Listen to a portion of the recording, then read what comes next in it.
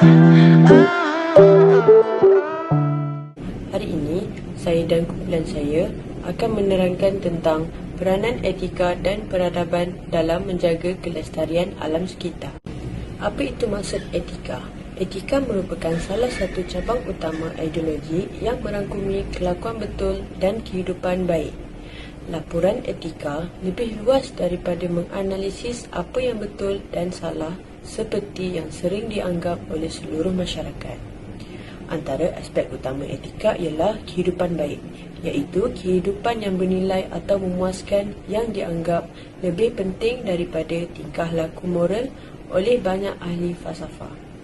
Etika berkaitan dengan konsep-konsep moral seperti kebaikan, kejahatan, benar, salah, kewajipan, tanggungjawab, keadilan, iaitu analisis konsep-konsep seperti ini dan pembuktian pertimbangan penyertaan dakwaan yang melibatkan konsep-konsep tersebut. Etika juga berkait dengan tingkah laku yang betul dalam kehidupan yang baik dan bukan dengan amalan. Etika mengkaji fakta, menganalisisnya dan merumuskan apakah tingkah laku yang sebetulnya. Pertama sekali, saya akan menerangkan tentang pengenalan etika dan peradaban dalam menjaga kelestarian alam sekitar. Peradaban pula bermaksud, peradaban memiliki pelbagai erti dalam kaitannya dengan perkembangan manusia. Berulang kali istilah ini digunakan untuk merujuk pada sebuah masyarakat yang kompleks, yang diciri-cirikan dalam pertanian, hasil karya dan permukiman, dibandingkan dengan budaya lain. Anggota-anggota sebuah peradaban tersusun dalam pembagian kerja yang rumit dalam struktur hierarki sosial.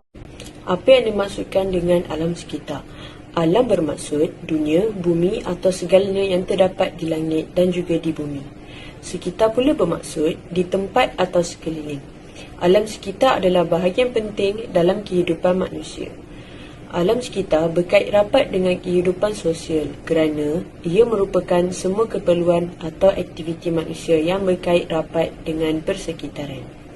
Sebagai contoh, tubuh manusia memerlukan sayur-sayuran yang mengandungi serat untuk membekalkan vitamin dan khasiat yang penting untuk tubuh badan. Alam sekitar memberi sayur-sayuran dan juga buah-buahan. Oleh itu, ia mesti ditekankan bahawa kesan buruk daripada pembangunan persekitaran yang tidak dipertimbangkan dari segi reka bentuk untuk melindungi alam sekitar yang merupakan habitat bagi haiwan juga. Kelestarian alam sekitar memberi impak besar kepada kewujudan iklim stabil, membabitkan pengurusan sumber semula jadi dengan mampan dan melindungi biodiversiti. Kegagalan melestarikan alam sekitar bakal membawa bencana besar kepada rakyat dan masa depan negara. Isu pencemaran alam sekitar merupakan masalah yang menjadi liputan utama akhbar masa kini dan ianya semakin serius sejak akhir-akhir ini. Banyak punca atau penyebab kepada perkara ini, yang antaranya disebabkan oleh pembangunan yang tidak terkawal dan pertambahan penduduk yang amat tinggi, terutamanya di bandar besar yang menyebabkan semakin banyak sumber yang diperlukan untuk meningkatkan hasil pengeluaran bagi menampung kehidupan dan penggunaan penduduk. Ramai orang pada masa kini sedar akan kemerosotan alam sekitar akibat kesan negatif. Kemerosotan alam sekitar akibat kesan negatif telah mencapai krisis dan boleh dianggap sebagai bencana. Di antara perkara yang diberi perhatian termasuklah situasi pencemaran di bandar-bandar besar, kesesakan lalu lintas, banjir kilat, pencemaran air, pencemaran udara, bunyi dan juga tanah tani. Kajian literatur. Kajian literatur ialah kajian-kajian terdahulu yang digunapakai pada hari ini untuk dijadikan sebagai rujukan dan panduan bagi membantu kajian-kajian yang ingin dilakukan pada masa kini. Kajian literatur sangat penting untuk dijadikan rujukan bagi mengelakkan daripada dapat maklumat yang tidak tepat dan melakukan kajian yang salah.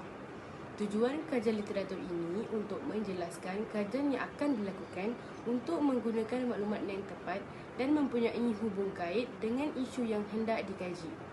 Kajian-kajian lepas yang kami gunakan untuk menyiapkan kerja ialah artikel jurnal. Artikel pertama yang digunakan ialah artikel yang bertajuk alam sekitar. Di dalam artikel tersebut, manusia di bumi ini sebenarnya turut dikongsi bersama-sama dengan makhluk lain seperti jin, haiwan dan tumbuh-tumbuhan. Artikel ini telah menerangkan tentang alam persekitaran seperti udara, air, tanah serta sumber hidup dan bukan hidup yang berkaitan. Mereka turut sama memiliki hak ke atasnya. Ia juga menerangkan bahawa keadaan saling memerlukan antara satu sama lain dalam konsep yang dikenali sebagai kitaran kehidupan alam dan Al-Quran. Dan sunnah telah memberi satu penekanan yang serius mengenai penjagaan alam sekitar di mana kedua-dua sumber rujukan umat Islam ini menyeru setiap manusia untuk mengekalkan pemeliharaan sebagai satu kurniaan atau nikmat Allah yang agung. Artikel yang kedua yang kami peroleh ialah pencemaran udara. Ia menerangkan tentang kerosakan ke atas muka bumi seperti mencemarkan darat, air dan udara dan beberapa cadangan iaitu yang perlu diambil untuk menangani masalah kebersihan alam sekitar ialah kerajaan perlu menguatkuasakan undang-undang alam sekitar yang menyeluruh. Artikel seterusnya yang kami gunakan ialah pencemaran air. Artikel ini menerangkan tentang punca utama pencemaran air ialah pembuangan sampah sarap daripada kawasan perumahan atau kilang-kilang ke tepi tasik dan laut. Bahan yang dibuang seperti sampah, minyak dan najis secara tidak terkawal akan menyebabkan kualiti kebersihan air terjejas. Selain itu, ialah artikel pencemaran tanah.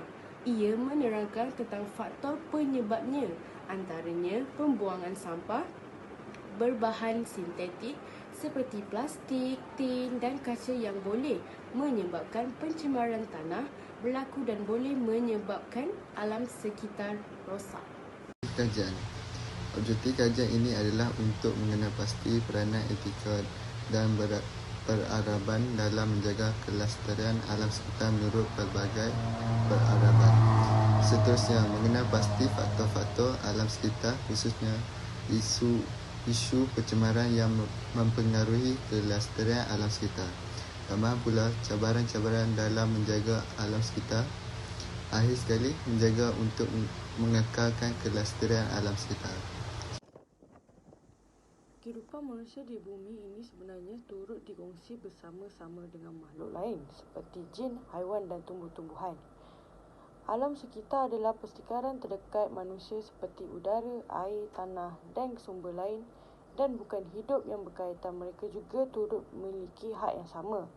Kesemuanya makhluk ini ditentukan kehidupannya oleh Allah SWT dalam keadaan saling memerlukan antara satu sama lain dalam konsep yang dikenali sebagai kitaran hidup alam. Sebarang pencabulan hak ke atas makhluk-makhluk yang lain yang turut sama mendiami alam ini seperti mencemarkan, merosakkan dan membunuh tanpa keperluan dan memusnahkan sumber alam akan membawa kepada ketidakseimbangan alam. Ia akhirnya tetap akan memberi kesan kepada kita. Alam sekitar seharusnya dijaga kerana alam sekitar bukan hanya digunakan pada masa kini semakin tercemar kerana terdapat pihak-pihak yang tidak bertanggungjawab. Pencemaran alam sekitar yang pertama ialah pencemaran udara. Islam memandang pelaku kerosakan ke atas muka bumi seperti mencemarkan darat, air dan udara. Salah satu cadangan yang perlu diambil untuk menangani masalah kebersihan alam sekitar ialah kerajaan perlu menguatkuasakan undang-undang alam sekitar yang menyeluruh. Hal demikian dapat mengurangkan risiko pencemaran alam sekitar yang sedang berlaku. Jika dilihat pada hari ini, berapakah kilang-kilang yang telah dibina mematuhi undang-undang yang dikeluarkan oleh kerajaan? Kilang-kilang memberikan pencemaran yang agak berbahaya untuk alam sekitar sebagai contohnya pelepasan asap kilang menyebabkan pencemaran udara. Hal ini menyebabkan udara menjadi kotor dan tidak bersih untuk kita menghirup tiap hari. Selain itu, pembuangan sisa toksik ke sungai ini menyebabkan memusnahkan rantaian makanan dan minuman seharian kita dan merosakkan flora dan fauna. Implikasi daripada tindakan ini, undang-undang perlu diketatkan serta-merta. Kilang-kilang yang memproses dan membakar minyak Untuk menjana elektrik supaya manusia dapat membuat aktiviti-aktiviti seharian, mereka akan mengeluarkan gas-gas toksik dan gas rumah hijau. Gas karbon dioksida yang terlalu banyak menyebabkan haba di suhu bumi terperangkap dan akhirnya suhu bumi meningkat. Persekitarannya menjadi panas. Pencemaran udara juga paling ketara dan sedang hangat diperkatakan oleh seluruh warga dunia. Pada masa kini adalah kesan pemanasan bumi yang disebabkan komposisi gas-gas rumah hijau meningkat melebihi tahap kebiasaan. Kenaikan suhu bumi dan penipisan lapisan ozon menjadi punca kepada pemanasan global ini yang dapat dirasakan oleh seluruh penduduk bumi. Kenaikan suhu bumi disebabkan oleh pembebasan gas-gas karbon dioksida yang terkumpul di dalam udara. Selain pencemaran udara, terdapat beberapa perbuatan manusia yang juga menyebabkan air tidak terkecuali daripada tercemar. Antara tumpahan minyak dan pembuangan sampah secara sebarang punca utama pencemaran air ialah pembuangan sampah sarap daripada kawasan perumahan atau kilang-kilang ke tepi tasik dan laut. Bahan yang dibuang seperti sampah, minyak, najis seperti tidak terkawal akan menyebabkan kualiti kebersihan air terjejas.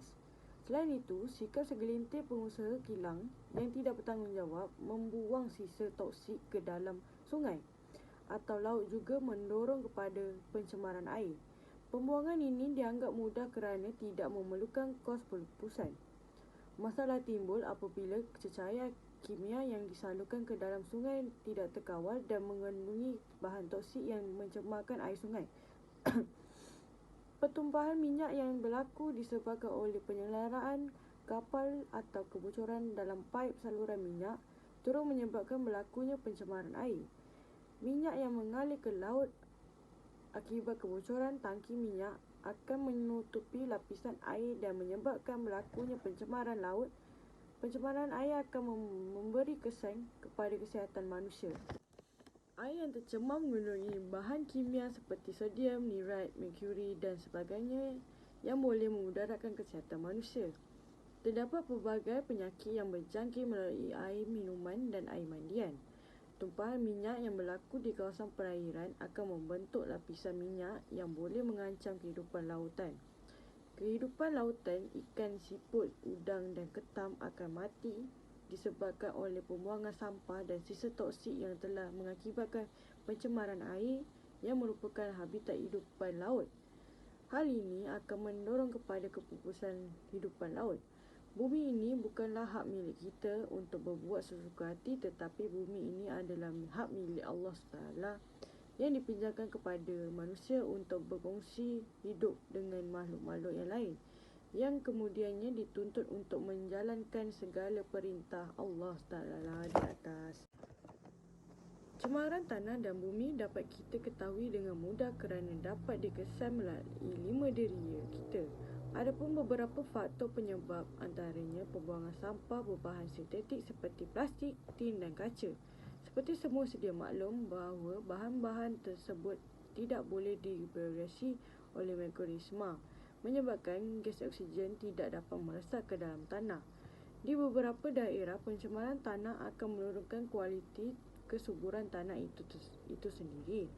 Tanaman tidak akan mudah hidup di tanah yang tercemar dan meskipun kehidupan akan menghasilkan produk yang belum tentu selamat tentu diambil akan dimakan.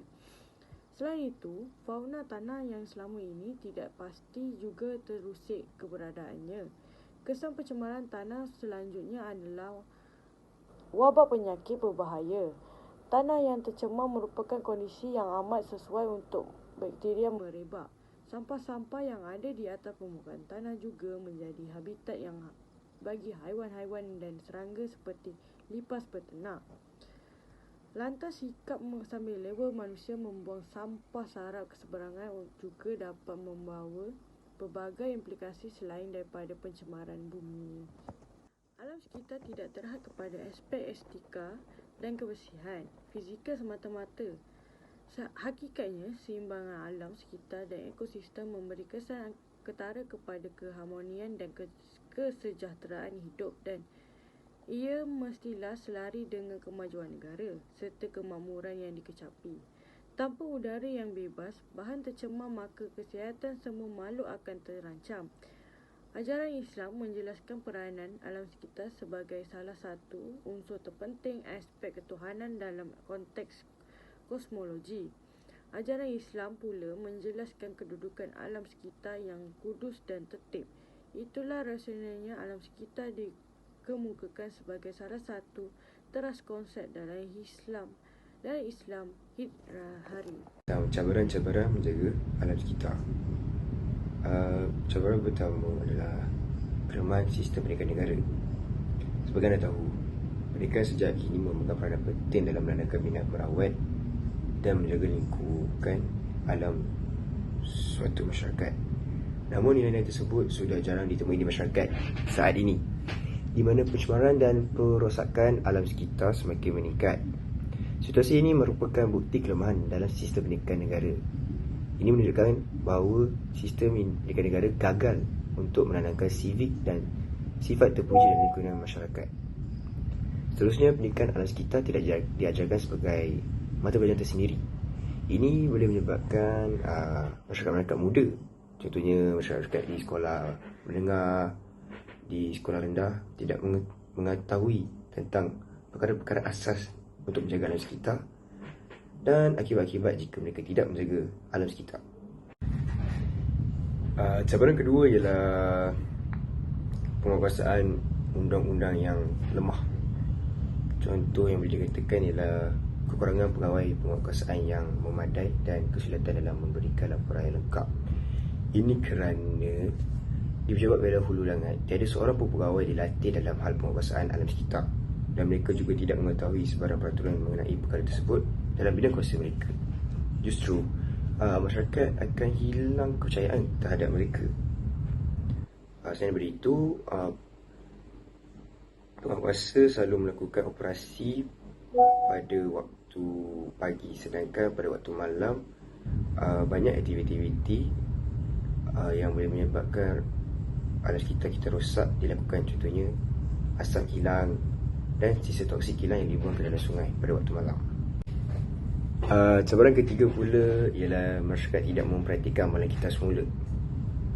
Kerana masyarakat ini lebih cenderung membuang barangan yang masih boleh digunakan lagi daripada kita semula barang itu. Contohnya, barang yang terdekat kita boleh dikatakan adalah plastik. Pada masa kini, penggunaan plastik semakin meningkat seperti digunakan dalam perusahaan makanan, menyimpan barangan, dapur dan sebagainya. Plastik merupakan bahan sisa yang susah untuk lupus dan memakan masa yang lama. Ini menyebabkan sampah sarat semakin meningkat dan menekankan pihak berkuasa untuk terus menjaga kelestarian alam sekitar di Malaysia. Dan cabaran terakhir adalah masyarakat yang kurang kesedaran terhadap pencemaran sekitar. Contoh-contoh nilai yang terdapat dalam masyarakat ini adalah diorang tidak cakna tentang pencemaran sekitar walaupun diajar di bangku sekolah lagi. Kedua, masyarakat yang memandang remeh tentang perkara ini. Dan terakhir, masyarakat mempunyai mentaliti yang tidak mahu mengambil tahu. Terima kasih kepada Nur Ikmal Miza.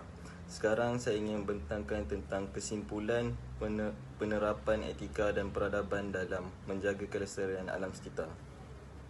Secara keseluruhannya, kepentingan penerapan nilai-nilai etika alam sekitar sememangnya perlu diambil kira dalam konteks masyarakat di Malaysia hari ini. Banyak kerosakan telah berlaku terhadap alam sekitar, contohnya habitat flora dan fauna.